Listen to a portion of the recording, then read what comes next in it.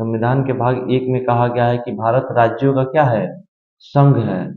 भारत के हाँ भारत राज्यों का संघ है। 2 में कहा गया है कि भारत के अंदर किसी दूसरे क्षेत्र को मिलाया जा सकता है।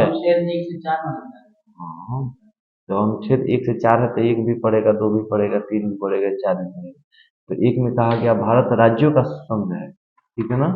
भारत क्या है, राज्यों का संघ, दिख रहा है ना 28 है, तो भारत राज्यों का संघ है। 2 में कहा गया है कि भारत भारत क्या हो सकता है, भारत से राज्य टूट सकते हैं, राज्य टूट करके दूसरा राज्य बन जाएगा, तीसरा राज्य बन जाएगा, लेकिन भारत से राज्य टूट करके कोई अलग देश नहीं बन सकता है, ठीक है ना।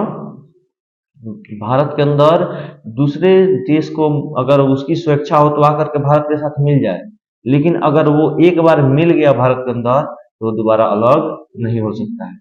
इसी नियम के तहत हम लोगों ने सिक्किम को मिलाया। हाँ, 1975 में सिक्किम को भारत संघ का हिस्सा घोषित किया गया। क्यों किया गया, जैसे ही तिब्बत के ऊपर कब्जा हो जाता है चीन का, तिब्बत को कब्जा लिया चीन 1959 में, ठीक है ना।